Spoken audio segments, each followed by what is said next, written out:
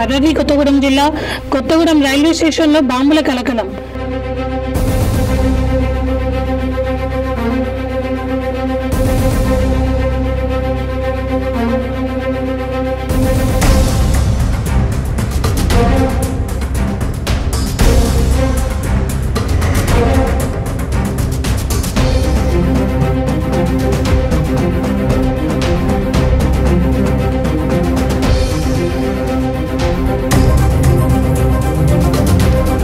ఈ రోజు ఉదయం రైల్వే స్టేషన్ మొదటి ప్లాట్ఫామ్ పై రైల్వే ట్రాక్ పై ఉల్లిగడ్డ ఆకారంలో ఉన్న బాంబుని కొరికిన కుక్క అక్కడికక్కడే మృతి చెందింది. భారీ పేలుడు శబ్దం రావడంతో రైల్వే స్టేషన్ లో ఉన్న ప్రయాణికులు పరుగులు తీశారు.